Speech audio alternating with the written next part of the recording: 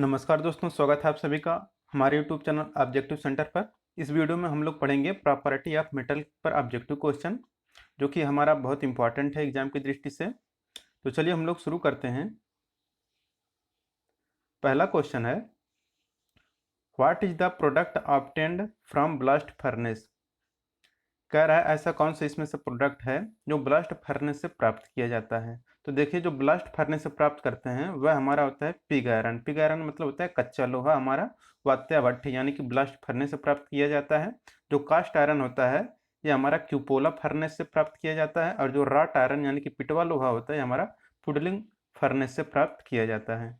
तो आप लोगों को पता चल गया होगा ना, जो पिग आयरन होता है हमारा ब्लास्ट फर्नेस यानी कि वात्या भट्ठी से प्राप्त होता है। कास्ट आयरन हमारा क्यूपोला फर्नेस से प्राप्त होता है, और जो राट आयरन होता है यानी कि पिटवा लोहा ये हमारा प्राप्त होता है पुडलिंग भट्ठी से। तो यहाँ पे हमारा ये आंसर करेक्ट हो जाएगा। ब्लास्ट फर्नेस में हमारा पिग आयरन यानी कच्चा लोहा प्राप्त होता है। दूसरा क्वेश्चन है, how much copper contains in pyrites और पायराइट्स ओर में कॉपर कितने मात्रा में पाया जाता है। ऑप्शन है 32%, 15%, 50%, 45%। तो देखिए, जो पायराइट अयस्क होता है उसमें जो कॉपर की परसेंटेज मात्रा उपलब्ध होती है वह रहता है 32%। तो यहाँ पे हमारा ए आंसर करेक्ट हो जाएगा कि कॉपर पायराइट जो होता है उसमें जो कॉपर रहता है उसमें 32% कॉपर रहता है। तीसरा क्वेश्चन है, which metal is resistant to many type of acid. ऐसा कौन सा मेटल है जो बहुत से प्रकार के एसिड का रेजिस्टेंस करता है। तो एसिड रेजिस्टेंट जो रहता है वह हमारा कौन सा रहता है, लेड रहता है। लेड रहता है यानी कि पीबी रहता है हमारा, कि विभिन्न प्रकार के जो एसिड रहते हैं उनको ये रजिस्ट करता है, ये मेटल जो रहता है। तो यहाँ पे हमारा पीबी करेक्ट आंसर हो जाएगा। चौथा क्वेश्चन है, what is the name of the method of surface hardening. ये जो आपको दिख रहा है फिगर, यह कौन सा प्रोसेस है सरफेस हार्डनिंग करने का। ऑप्शन है nitriding, pack carburising, flame hardening, induction hardening. तो देखिए ये चारों तरफ से पैक है, तो ये हमारा जब चारों तरफ से पैक है तो ये हमारा पैक कार्बोराइजिंग कहलाएगा।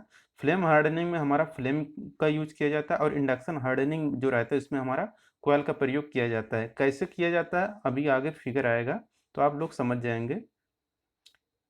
पांचवा क्वेश्चन है, what is the method of surface hardening. ये जो मेथड दिखा है सरफेस हार्डनिंग का, यह कौन सा मेथड है। तो आप लोग यहाँ पे देख सकते हैं कि यहाँ पे देखिए ये फ्लेम है यानी कि आग का गोला है यहाँ पे। तो ये आग है तो ये हमारा कहलाएगा फ्लेम हार्डनिंग। तो ये हमारा फ्लेम हार्डनिंग। अगर यही आग ना रहता और ये बोल देता कि ये कॉइल है तो ये हमारा इंडक्शन हार्डनिंग हो जाता। तो ये हमारा क्या कहलाएगा, फ्लेम हार्डनिंग यहाँ पे करेक्ट आंसर होगा।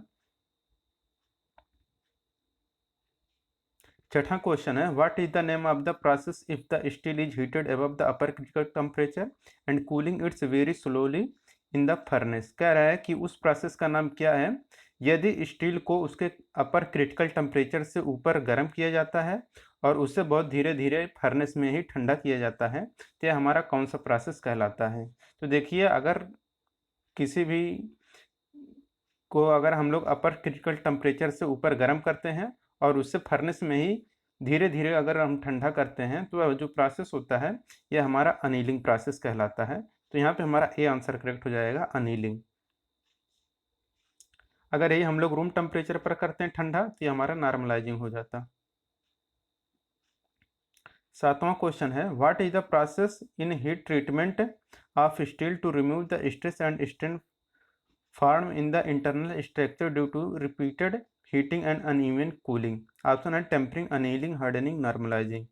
कह रहा है कि स्टील के हीट ट्रीटमेंट में वह कौन सा प्रोसेस है जो इंटरनल जो उसके अंतर्गत उत्पन्न होता है, उसके इंटरनल स्ट्रेस यानी कि आंतरिक प्रतिबल जो होता है, आंतरिक संरचना में प्रतिबल और जो विकृति उत्पन्न होता है किसके कारण, रिपीटेड हीटिंग और उसके अनइवन कूलिंग के द्वारा, उससे हम लोग कौन सा प्रोसेस कहते हैं। तो देखिए कि जो हमारा प्राप्त होता है अनइवन कूलिंग से और रिपीटेड हीटिंग से जो इंटरनल स्ट्रेस में आता है, जो प्रतिबल और विकृति उत्पन्न होता है, वह किस में आता है, यह आता है नॉर्मलाइजिंग प्रोसेस में। तो नॉर्मलाइजिंग प्रोसेस में क्या होता है कि जो उसके आंतरिक प्रतिबल को हम लोग दूर करने के लिए नॉर्मलाइजिंग प्रोसेस करते हैं। यहाँ पे हमारा डी आंसर करेक्ट हो जाएगा। 8वां क्वेश्चन है which method of heat treatment will improve machinability and ductility in the job. Job में डक्टिलिटी और मशीनेबिलिटी में सुधार लाने के लिए हम लोग कौन सा ऊष्मा उपचार प्रक्रम का प्रयोग करते हैं या विधि का प्रयोग करते हैं। ऑप्शन है अनिलिंग, हार्डनिंग, टेम्परिंग, नॉर्मलाइजिंग। तो देखिए, अगर आपका कोई जॉब है उसमें आपको डक्टिलिटी और मशीनेबिलिटी यानी कि मशीनन योग्य और उसे डक्टिलिटी यानी कि तन्य बनाना है, यानी कि उसकी डक्टिलिटी और मशीनेबिलिटी में अगर आपको सुधार करना है तो हम लोग जो उसके लिए हीट ट्रीटमेंट प्रोसेस यूज करेंगे वह हमारा कहलाता है अनिलिंग प्रोसेस। अनिलिंग प्रोसेस के द्वारा हम लोग उसे सुधार कर सकते हैं। तो यहाँ पे हमारा ए आंसर करेक्ट हो जाएगा कि मशीनन योग्य बनाने के लिए और तनन शक्ति लाने के लिए हम लोग अनिलिंग प्रोसेस करते हैं। अब यहाँ पे देखिए 9वां क्वेश्चन है कि what is the method of surface hardening. ये जो सरफेस हार्डनिंग का विधि है जो फिगर दिख रहा है तो यह कौन सा है सरफेस हार्डनिंग का। तो देखिए ये हमारा क्या है, क्वाइल है। एक क्वाइल है तो यहाँ पे क्वाइल है तो ये हमारा क्या कहलाएगा, इंडक्शन हार्डनिंग कहलाएगा।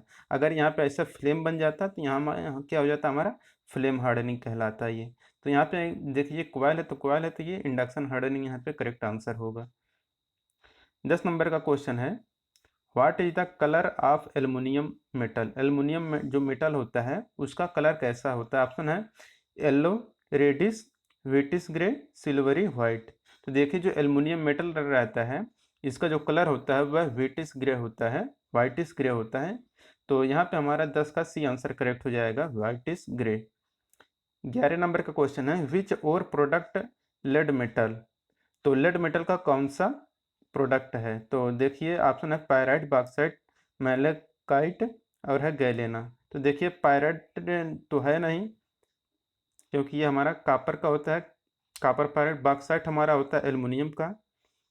और जो गैलेना, गैलेना का देखिए जो होता है ये होता है लेड का। क्या हो कि ये होता है पीबी, गैलेना पीबीएस होता है, यानी कि इसमें जो लेड है यही होता है।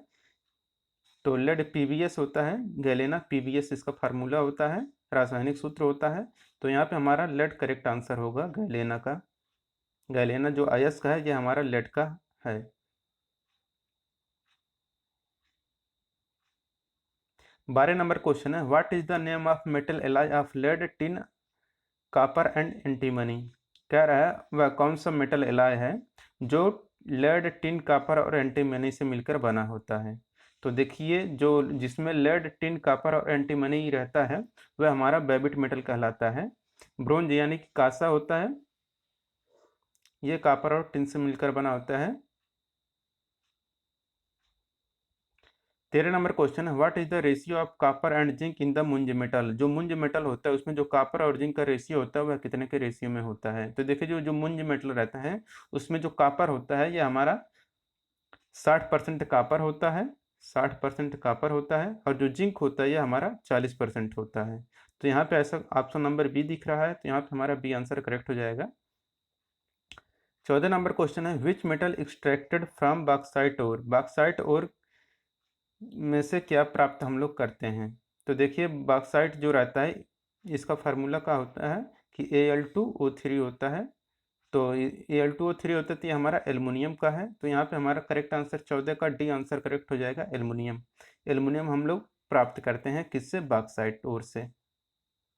15 नंबर क्वेश्चन है which metal is used in the preparation of paint. Paint के निर्माण में हम लोग कौन सा मेटल का यूज करते हैं। तो देखिए अगर आपको पेंट बनाना है तो उसमें हम लोग किसका प्रयोग करते हैं, लेड का प्रयोग करते हैं। तो यहाँ पे हमारा बी आंसर करेक्ट हो जाएगा, लेड। 16 नंबर क्वेश्चन है what is the name of copper और। कॉपर अयस्क का नाम क्या है। तो देखिए जो गैलेना जो है ये हमारा लेड का है, पीबीएस, गैलेना पीबीएस होता है। ब्लेंडिट तो है नहीं, बॉक्साइट ये हमारा एल्युमिनियम का होता है, Al2O3। मैलेकाइट यहाँ पे हमारा तब बचा है तो मैलेकाइट किसका हो जाएगा, कॉपर का। तो यहाँ पे हमारा 16 का डी आंसर करेक्ट हो जाएगा, मैलेकाइट कॉपर का अयस्क है। 17 नंबर क्वेश्चन है which are the alloy of brass metal. Brass metal का एलॉय कौन सा है। तो देखिए जो ब्रास, ब्रास मतलब होता है पीतल, पीतल जो रहता है यह तांबा और जिंक, तांबा मतलब कॉपर और जिंक से मिलकर बना होता है, यानी कि 17 का यहाँ पर बी आंसर करेक्ट हो जाएगा, कॉपर और जिंक। ब्रास यानी कि पीतल, पीतल किसका बनता है, तांबा और जिंक का। तो इसे आप ऐसे रट सकते हैं पिताजी, पीतल जो रहता है यह तांबा और जिंक से मिलकर बना होता है। 18 नंबर क्वेश्चन है, what is the name of the metal extracted from और गैलेना। गैलेना से हम लोग कौन सा मेटल प्राप्त करते हैं, उसका नाम क्या है। तो देखिए गैलेना क्या होता है, पीवीएस। पीवीएस इसमें क्या है, लेड है, तो लेड है यहाँ पे, तो हमारा बी आंसर करेक्ट हो जाएगा। एल्युमिनियम हम लोग प्राप्त करते हैं किससे, बॉक्साइट से। कापर हम लोग कापर पायराइट से प्राप्त करते हैं। 19 नंबर क्वेश्चन है, which alloy metal is used for making bearing. Bearing के निर्माण के लिए हम लोग कौन सा एलॉय यूज करते हैं। तो देखिए बियरिंग बनाने के लिए हम लोग किसका प्रयोग करते हैं, बेबिट मेटल का प्रयोग करते हैं। तो यहाँ पे हमारा डी आंसर करेक्ट हो जाएगा, बेबिट मेटल हम लोग बियरिंग बनाने के लिए करते हैं। 20 नंबर का क्वेश्चन है, which type of brass sheet is used for deep drawing operation. Deep drawing operation के लिए हम लोग कौन सा ब्रास सीट का, किस तरह का ब्रास सीट का प्रयोग करते हैं। ऑप्शन है basic brass, naval brass, cartridge brass, standard brass. तो देखिए डीप ड्राइंग ऑपरेशन के लिए हम लोग जो ब्रास सीट जिस प्रकार का यूज करते हैं वह कार्ट्रेज ब्रास रहता है। तो यहाँ पे हमारा सी आंसर करेक्ट हो जाएगा। दोस्तों अगर वीडियो आपको पसंद आए वीडियो को लाइक कर दीजिए, अगर आप हमारे चैनल पर नए हैं तो चैनल को सब्सक्राइब कर लीजिए, और जिन लोगों ने वीडियो को शेयर नहीं किया है वो लोग वीडियो को शेयर कर दें अपने दोस्तों के साथ। Thank you.